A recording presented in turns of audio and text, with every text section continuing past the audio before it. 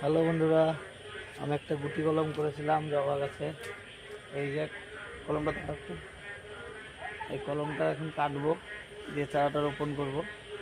তোমাদেরকে দেখাই, এই যে একটা সাদা জবার গুটি গুটি কলম করেছিলাম, তো কলমটা বেশ ভালোই হয়েছে মনে হচ্ছে। ফাইনালি এখন কেটে দেখাবো, পুশ করবা। কি সুন্দর প্রথম থেকে হচ্ছে তো আবার শিকড় বেরিয়েছে, শিকড়টা কি সুন্দর হয়েছে। এটা জবা গাছের শিকড়, কলম করা গুটি কলম।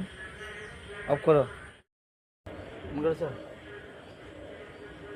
যে গর্তটা করছি, বেল গাছটা হয়ে গেছে। এই ফুল গাছটা কাটলাম, সাদা জবা। এটা এখন গাছটা রোপণ করব। গাছটা এখানটায় কলম থেকে তুলে নিয়েছে, এখানটায় রোপণ করছি। যে আমার রোপণ করা প্রায় হয়ে এসছে।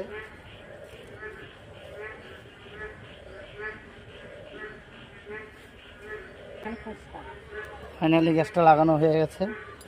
এখন এই গাছটাকে সাইডগুলো একটু ঝুড়ে দেবো। ওই যে ওর ভিতরে ওই ফুল গাছ আছে দেখিস, সাইডগুলো ঝুড়ে দেবো, দিয়ে গাছটা ঘিরে দেবো।